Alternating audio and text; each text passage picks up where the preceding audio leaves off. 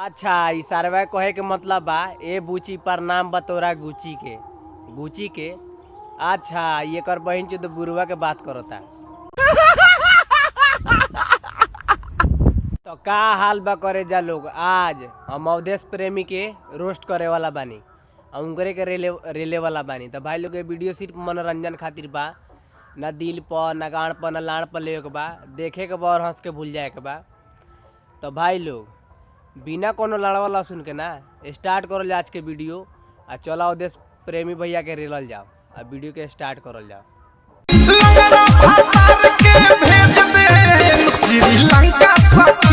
तो देखो भाजी अपना लंगड़ा भतार के श्रीलंका भेजो, आ चाहे बुर के कोना में भेजो, लेकिन हमरा गाड़ देबू नहीं। सखी हो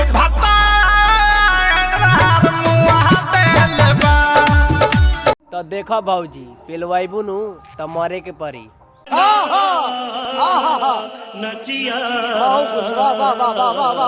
तक तोड़ेंगे नहीं तब तक छोड़ेंगे।